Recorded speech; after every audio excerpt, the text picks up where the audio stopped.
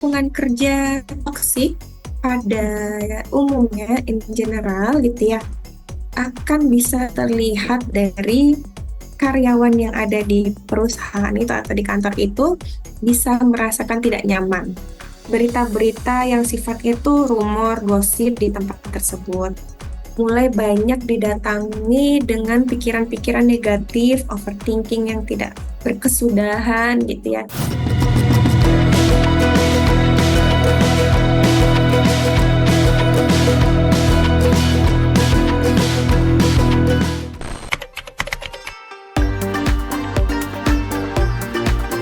Kalau untuk mengalami stres kerja itu tentu saja umum ya terjadi dan umum dialami oleh seseorang gitu. Tapi bukan berarti kita bisa mengabaikan gejala atau tanda-tanda yang muncul akibat stres itu. Gitu. Jadi dengan adanya kesadaran akan tanda-tanda stres gitu ya, itu diharapkan kita bisa menanganinya gitu. Karena kalau tidak gitu ya, maka bisa membawa atau memberikan dampak yang lebih buruk lagi bagi orang tersebut yang mengalami stres maupun orang di sekitarnya, maupun keluarganya, maupun perusahaannya. Kapan sih gitu ya kita sudah perlu gitu ya untuk memeriksakan diri kita ke psikiater atau ke psikolog gitu ya dengan stres kerja yang kita alami. Nah, kita perlu tahu dulu nih, stres itu sebenarnya nggak selalu buruk ya. Ada jenis stres, ada dua. Ada eustress dan ada distress. Nah, kalau stres yang sifatnya eustress itu baik, karena dengan tekanan-tekanan yang Anda kita rasakan itu bisa meningkatkan motivasinya kita lagi sehingga justru malah lebih produktif lagi. Antara kemampuan diri, support dari lingkungan, terus beban kerja itu tidak sesuai gitu ya, bisa saja stres yang dirasakan ini mengarahnya ke distress atau distress yang berdampak negatif kepada diri sendiri.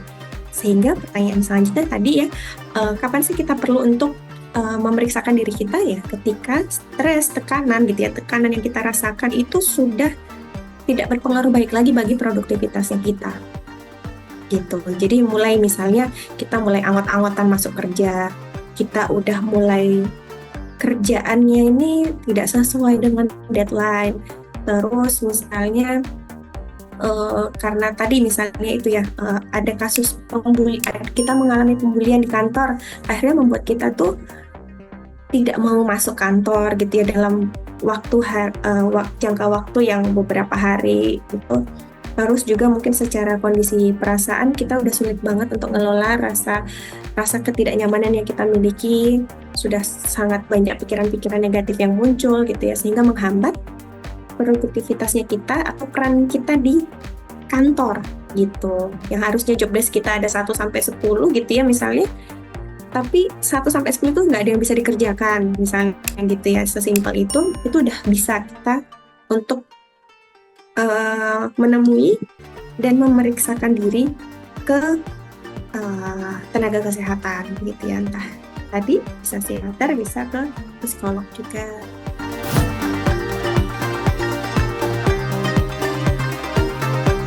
Stres kerja memang tidak bisa dihindari, maka dari itu kamu harus tahu beberapa langkah atau tips yang bisa dilakukan untuk mengatasi stres kerja.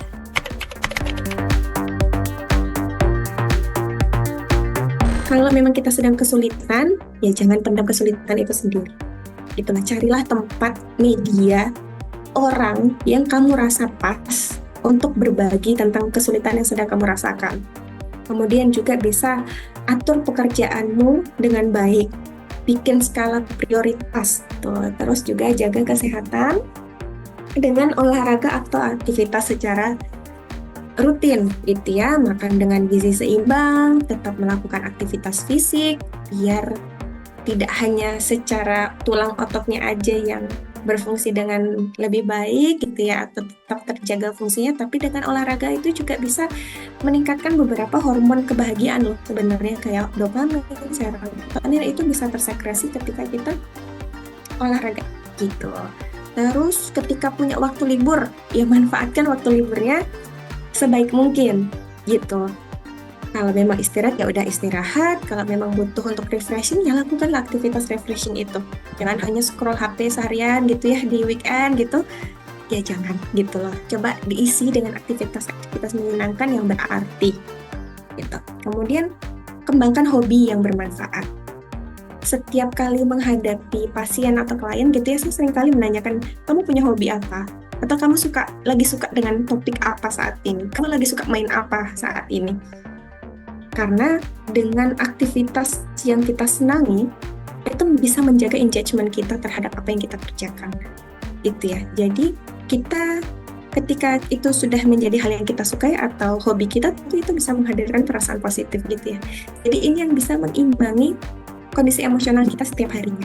Jadi ada leisure activity, ya ada bekerja, ada istirahat, gitu. Ada waktunya dengan keluarga misalnya gitu ya, ataupun dengan teman, atau dengan pasangan dan lainnya. Kemudian berlatih teknik-teknik relaksasi, itu juga bisa sangat membantu. Teknik relaksasi ini kan sangat mudah ya dilakukan. Maksudnya mudah ini adalah dalam artian tidak menggunakan biaya, bisa dilakukan kapan saja gitu ya. Terus juga bisa kita praktekkan kapanpun kita butuh gitu.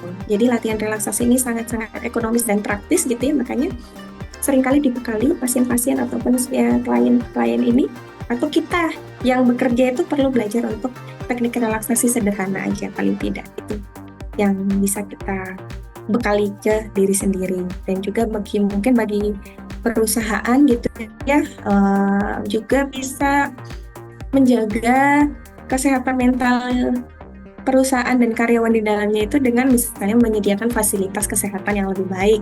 Misalnya ada tempat olahraga, ada taman, ada tempat mungkin gym kalau memang memungkinkan gitu ya, misalnya bisa ada jogging tracknya gitu ya, punya cafe yang open space misalnya gitu ya, bisa ngeliat hijau-hijau, bisa ngeliat langit kalau lagi cerah gitu. Nah, beberapa environment situation yang seperti itu bisa juga maintenance gitu ya dari kondisi kesehatan mental orang-orang di perusahaan tersebut. Itu mungkin rekomendasi yang bisa kita lakukan gitu ya ketika kita adalah pemangku kebijakan di suatu perusahaan misalnya kayak gitu ya, atau saya punya usaha nih kayak gitu, itu juga bisa diperhatikan. Atau kalau udah kewalahan nih dilakukan sendirian, udah melakukan itu tapi kok rasanya kayak masih berat gitu ya, misalnya masih stresnya ini masih sulit untuk dikelola, ya udah itulah waktunya kita atau kalian untuk ke professional helper, lakukan konseling gitu ya dengan psikiater, lakukan konseling dengan psikolog. Bagaimana workers? Stres di tempat kerja wajar kok dialami para pekerja. Tapi kamu harus paham apakah stres ini untuk memotivasi kamu atau malah menghambat produktivitas kerja kamu. Nah, jangan lupa ya untuk subscribe YouTube channel Workerspedia, Instagram @workerspedia, dan juga cek website kita di workerspedia.id. Saset-saset, langsung dapat kerja di Workerspedia.